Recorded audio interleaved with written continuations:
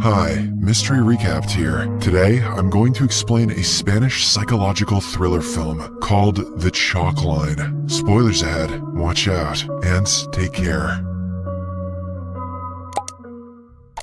The movie starts with Simon and Paula, a couple in their 40s, driving on a dimly lit road. There are police cars everywhere, conducting random searches. Shortly after, the couple continues their journey until they come across a strange figure. On a better look, it is revealed to be a little girl, probably the one the police are looking for. She is strangely walking through the middle of the road. The couple gets out of their car and calls to her, but the little girl does not respond. Around the same time, a motorcycle speedily approaches from the opposite direction, but instead of running away, the girl dangerously runs towards it. As a result, the motorcycle ends up crashing, and the girl is also knocked out. Witnessing this, Simon and Paula immediately take the child to a hospital and get her admitted. The police also get involved as they try to match the girl's identity with any of the missing children's reports. However, nothing conclusive comes up. After a while, the couple returns home to freshen up, and Paula is seen injecting herself with something in the bathroom. We learn that this is a secret since she quietly hides away the syringe box behind the bathroom mirror. As long as the mysterious girl's parents are not found, Paula and Simon visit the girl in the hospital every day. The doctor explains that the girl didn't get knocked out because of the crash. In fact, she was already sick. Her kidneys have been damaged to the point that they hardly work. Since her arrival, the little girl hasn't uttered a single word, but she reacted strongly when a nurse by the name of Clara was called. The doctors then concluded that her name is also Clara. With treatment at the hospital, she does recover physically, but her mental state confuses everyone around her. During one visit, Paula and Simon head inside where Clara is kept, and we see her acting hysterically. The mystery around her becomes even denser when the couple sees that the girl has drawn a box with chalk around herself and refuses to get out of it. She screams and fights the hospital officials as they try to remove her from the box. Paula watches this and tries to pacify Clara. Surprisingly, she succeeds, and the two instantly form a connection.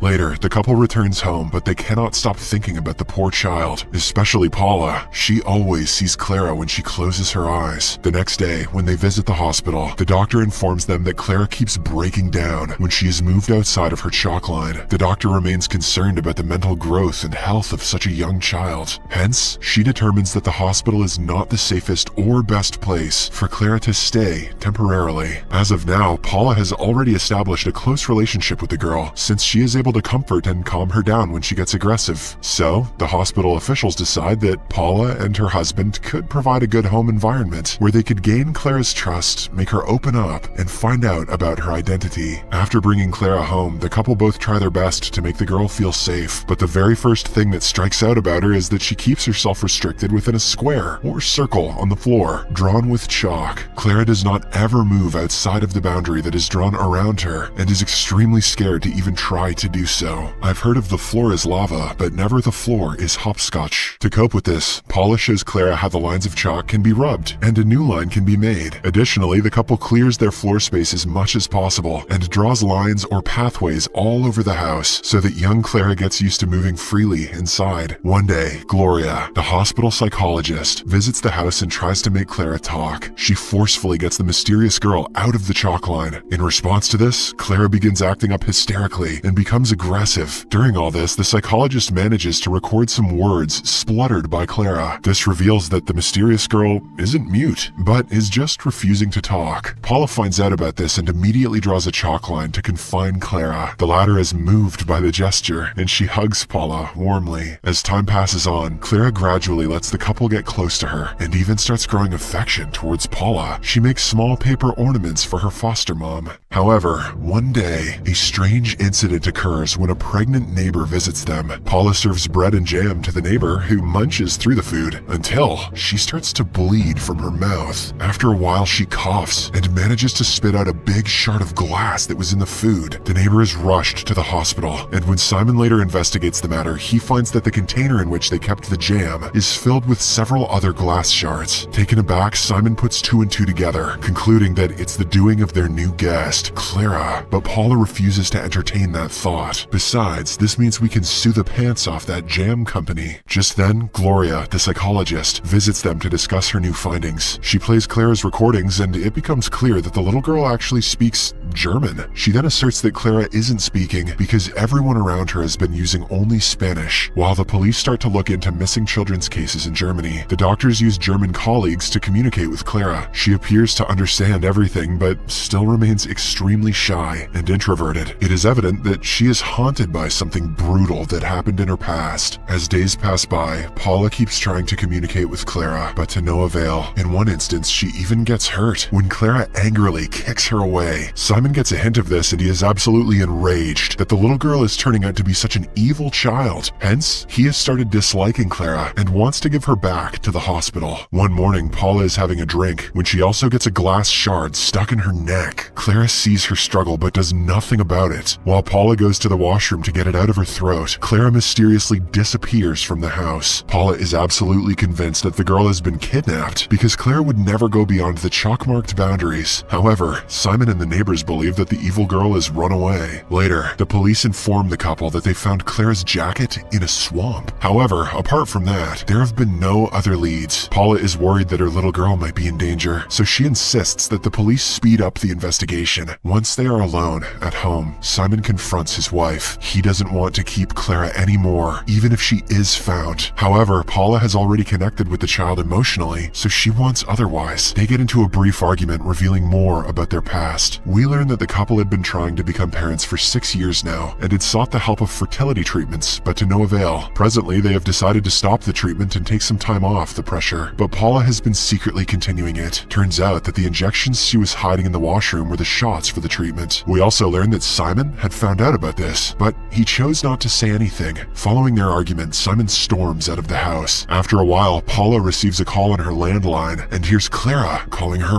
Mama. Elated, she quickly informs the police about this number. However, when the couple reaches the station, the police reveal that the phone call had been made to Paula's home phone from her very own mobile phone. This convinces the police and Simon that something must be wrong with Paula's mental state, so they suggest she see a psychologist. While Paula is forced into taking a psychological test, she knows there's more to the case and decides to start an investigation of her own. The officer then shows the couple 2 case files, which the authorities were going through in order to find any trace of Clara. Before heading out, Paula cleverly takes the files with her. Sitting in a nearby restaurant, she goes through the case files. One of them talks about missing children in Germany, and the other about attacks against children from the same country. After checking for a while, Paula comes across a case where the body of a teenage girl had been found with punishment marks. She takes a closer look at the pictures of the crime scene and notices the same paper designs that Clara used to make for her. Convinced that she might find a lead, Paula goes to meet with the doctor who had performed the autopsy report of the murdered teenage girl. The latter reveals that the girl had a damaged set of kidneys and also a lazy eye, meaning that one of her eyes was weaker than the other. Alarmed, Paula once again goes through the file of missing children's reports and finally finds her big lead. Among the cases, there is a victim, a young German girl named Ingrid, with a patch on one of her eyes, probably due to a lazy eye. Or maybe her dad was a pirate. She had been kidnapped from a beach around 10 years ago. Yep, pirate, and had never been found since. Next, Paula scours the internet and finds a German article and a video of Ingrid's parents talking about her after she was missing for a year. In the video, Ingrid's parents mention how she used to craft those trinkets, give them to her loved ones, and call them guardian angels. When Paula returns home with all this information, she gives one of Clara's drawings another look while sitting where the girl used to sit. She looks around and finds that the drawing points to her Eduardo, who lives in the house across from their home. After thinking for a bit, it finally dawns on Paula that Eduardo has something to do with Clara's disappearance. Hence, she immediately contacts the police before heading out herself to inspect. The scene then goes into flashback to the night Clara was found on the road. Eduardo was traveling in his car with Clara when he noticed a police check going on near their house. Scared, he released the little girl and instructed her to keep walking straight on the road, planning to catch up with her later. However, the girl met Paula and her husband before that and was rescued. Later, Eduardo learned about the news and became devastated. One time during dinner at Paula's house, Eduardo had excused himself from the gathering and managed to mix some shards of glass inside a jam jar, hoping to kill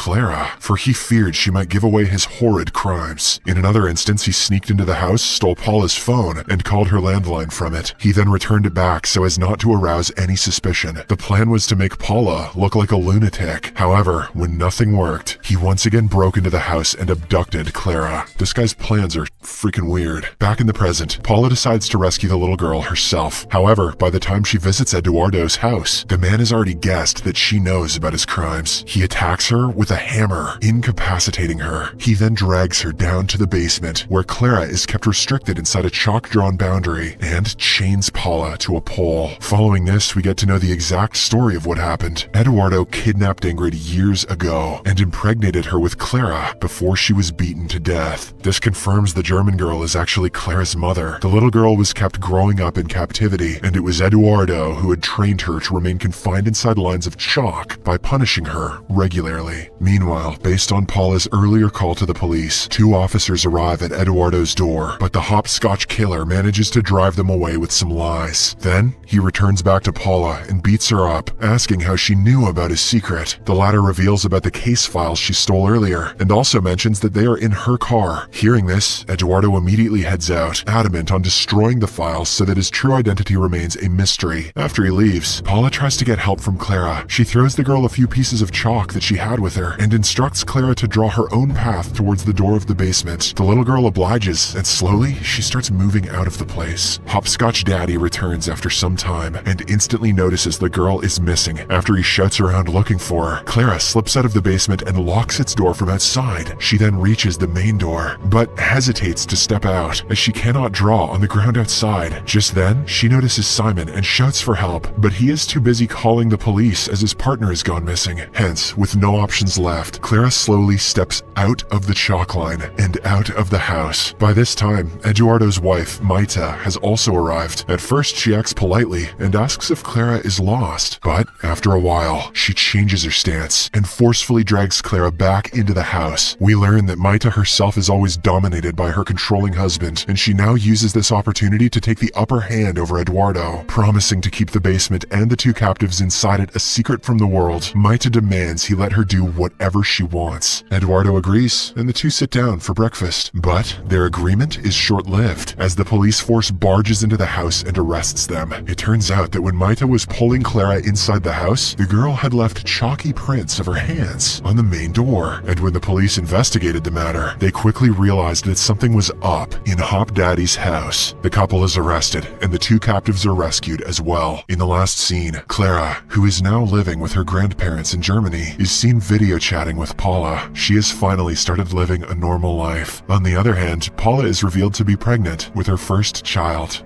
Subscribe for more videos like this, turn on notifications, and leave a like to help the channel out. Thank you for watching.